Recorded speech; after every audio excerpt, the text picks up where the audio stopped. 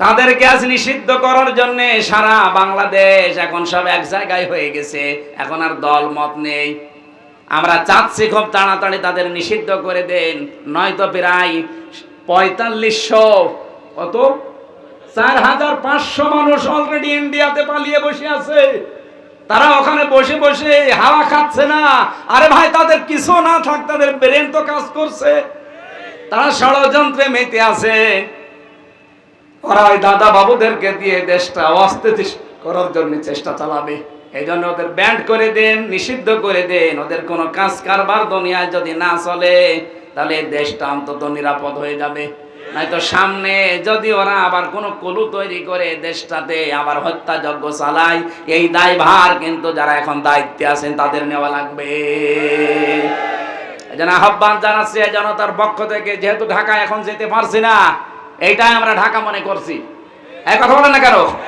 শাহবাগের সাথে ১০০ ভাগ একাত্মতা প্রকাশ করে আমরা জানাচ্ছি, এই মুহূর্তে তাড়াতাড়ি সকাল হতে হতে এই ফ্যাসিস্ট, এই খনিদেরকে দেশ থেকে নিষিদ্ধ করা লাগবে। সাতক্ষীরাবাসী, যে কথাটা তুলেছিলাম আপনাদের জন্য, আল্লাহর দরবারে আমরা যদি যোগ্যতা অর্জন করতে না পারি, এই ক্যাপ্টেনের বাবা বলেছিল, সন্তানকে পাঠিয়েছি আমি আল্লাহর ঘর মসজিদ, নবীর ঘর মাদ্রাসা এবং ছোট ছোট বাচ্চাদের জীবনের কারণে। ছেলে যদি সামনে বুকে গুলি লাগে তাহলে নিয়ে আসবা, মাটি দিয়ে দেব। আর যদি পেছনে গুলি লাগে আমার বাড়িতে নিয়ে আসবা না, বন জঙ্গলে অথবা নদীতে সাগরে ফেলে দিবা। পরবর্তীতে সন্তান যখন নিয়ে এসেছে তাকে, হ্যাঁ নিয়ে আসলে কেন? চাচা, আপনার এই সন্তানের পিঠে একটা গুলিও লাগে নাই, ওর গুলি লেগেছে ২২টা সব বুকে। তো ওরা যোগ্যতা অর্জন করেছে বিভিন্ন শক্তি দিয়ে, ইমানের শক্তি দিয়েও। আর আমরা কোথায় আছি? ঢাকা থেকে আমার মনে হয় যদি একটা মিসাইল আমাদের যায় আছে ভাঙ্গাচোরা, যদি ওইটা ঢাকা থেকে মারে, চট্টগ্রাম পর্যন্ত যেতে ৩ জায়গায় চাঁদা দেওয়া লাগবে।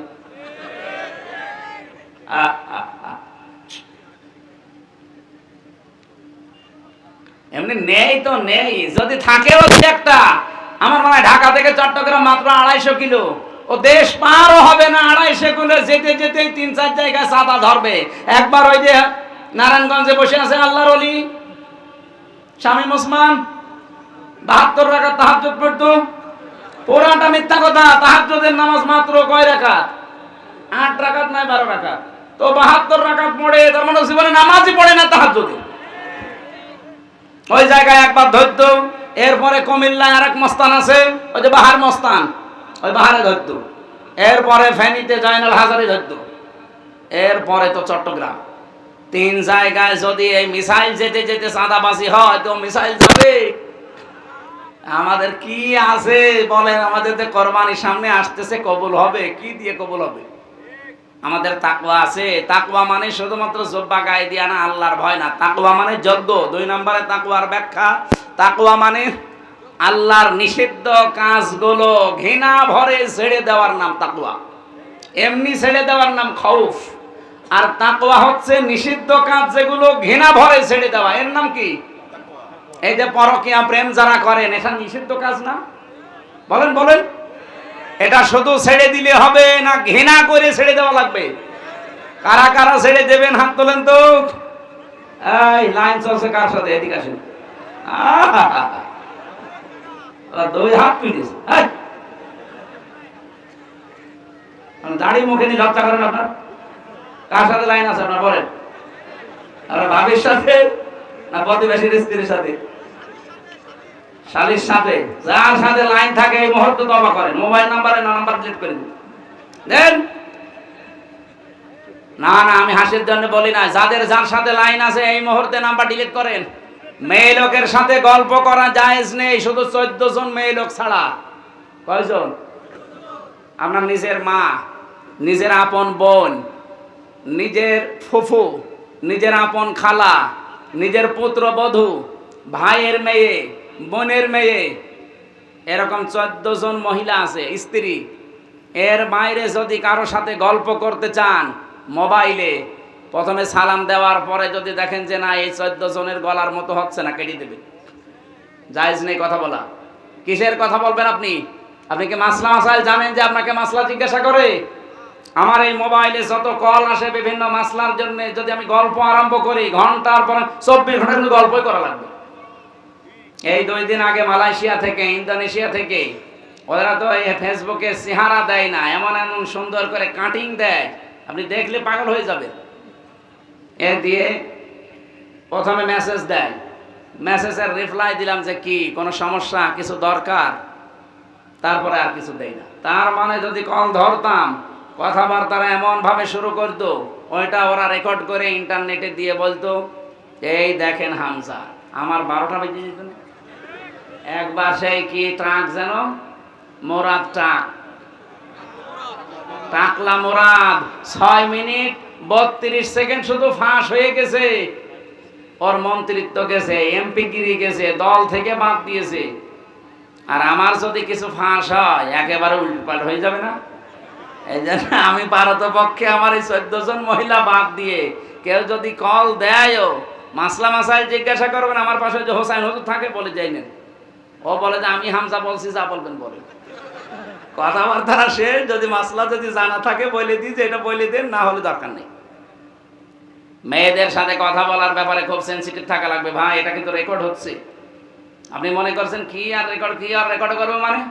আমি নিজে রিমান্ডে যেয়ে দেখেছিলাম, ওদের যে মেশিন আছে অত্যাধুনিক। এই যে বাটন মোবাইলে যারা কথা বলে, অনেকে বলে যে ফেসবুকে এরপরে হোয়াটসঅ্যাপে কল দিলে ওরা টের পায় না। কে বলেছে আপনাকে টের পায় না? সব ওরা দেখতে পাচ্ছে। এমন অত্যাধুনিক মেশিন নিয়ে এসেছিল এই সাতক্ষীরার মাওলানা আমিরুল ইসলাম বেলালি, নাম শোনেননি? ওই যে কলারওয়ায় বাড়ি। আমি যেই দিন ধরা পড়লাম তার পরের দিন ওই ভাই কল দিয়েছে আমার বাড়িতে। আপনি চিন্তা করতে পারেন, সাতক্ষীরার কেউ কল দিলে সেটা রেকর্ড করে পরের দিন রিমান্ডে আমারে শোনাবে, কল্পনায় আসে? আমার তো জীবনেও কল্পনায় আসে না, অথচ দেখি উনি কল দিয়েছে, সেটা ওরা রেকর্ড করে আমারে বলছে, এই দেখেন কিভাবে কি বলেছে, আপনি যা বলছেন একটা কথাও মিলছে না। আমি তো আর জানি না, যেদিকে গোপনে গোপনে সব এদিকে সেট করা আছে। যার সাথে কথা বলবেন খুব হিসাব নিকেশ করে। এমনকি মোবাইলে স্ত্রীর সাথে যে কথাবার্তার রং ঢং দিয়ে বলেন, যদি বলতে পারেন এটা সওয়াব হবে। কিন্তু আমার মনে হয় মোবাইলে এগুলো বলা ঠিক না, কারণ ওই শয়তানরা অফিসে বসে বসে সব দেখে। আরও কিছু গোপন বিষয় আছে, আমি নিচে নামতে পারছি না, আপনারা সতর্ক থাকবেন এই বিষয়টায়। যারা পরকীয়া প্রেমে আছেন, যেহেতু এটা অবৈধ কাজ, একটা হারাম কাজ। আজ কত মানুষ এভাবে 2-3 মাস, 5 মাস, 6 মাস, 1 বছর লাইন করে আর পাত্তা দিতে চায় না। তখন দেখা যাচ্ছে মেয়ে যে বাড়িতে বলে যে আমি অনশন করলাম, আমার বিয়ে না করলে আমি মরে যাব। এই দেশে হয় না, এলাকায়।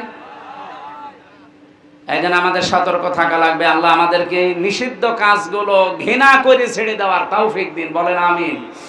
সম্মানিত মা বোন যারা এসেছেন, খাদিজাতুল কুবরার দিকে আপনারা তাকান। জীবনে মহিলা 1 ওয়াক্ত নামাজ পড়েনি। আমাদের এই মা 1 ওয়াক্ত নামাজ পড়েনি, একটা রোজা রাখেনি, জীবনে একটা দিনের জন্য পর্দায় ছিল না।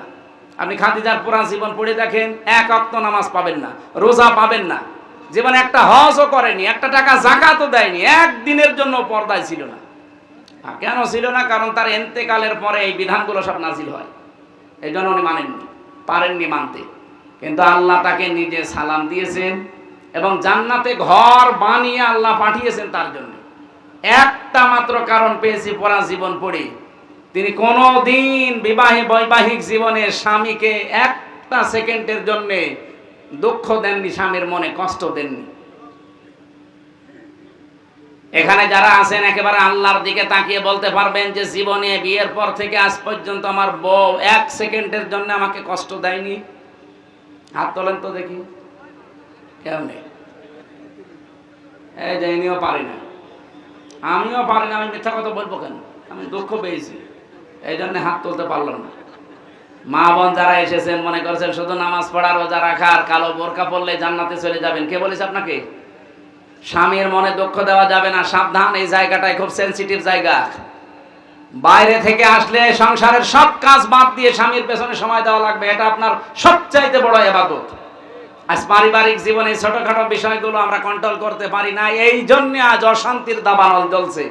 আমি জেলে বসে বসে কয়েকটা চটি বই লিখেছিলাম মেয়েদের এই জীবন নিয়ে, পারিবারিক জীবনের সমস্যা, দাম্পত্য জীবনে এবং তার সমাধান। এই বইগুলো আনতে পারেন। আমার গাড়িটা নষ্ট হয়ে পড়ে আছে যশোরে, আমি অন্য একটা গাড়ি নিয়ে এসেছি। ওরা নিয়ে এসেছে কিনা আমি জানি না, এসেছে যদি এনে থাকে তাহলে ওনাদের কাছে নিয়ে আপনার স্ত্রীকে মাকে পড়ায়েন। আমরা আজকে আর শেষ করতে পারছি না, হালকা কালেকশন করলে ভালো হয়। আবার প্রশ্নও দেখছেন, এই যারা গেছে ভেতরে ওনারা কই, লোকজন কই? যা যে নিয়ে এসেছিলেন আপনারা একটু পারলে দিয়ে দেন তো ভাই।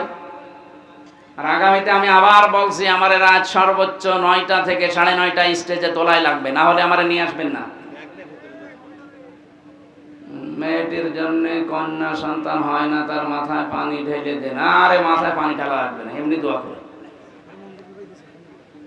হযরত আমার আব্বা খুব অসুস্থ। হ্যাঁ ঠিক আছে, কয় আপনারা গেছেন ভেতরে, কয় লোকজন কয় আপনার?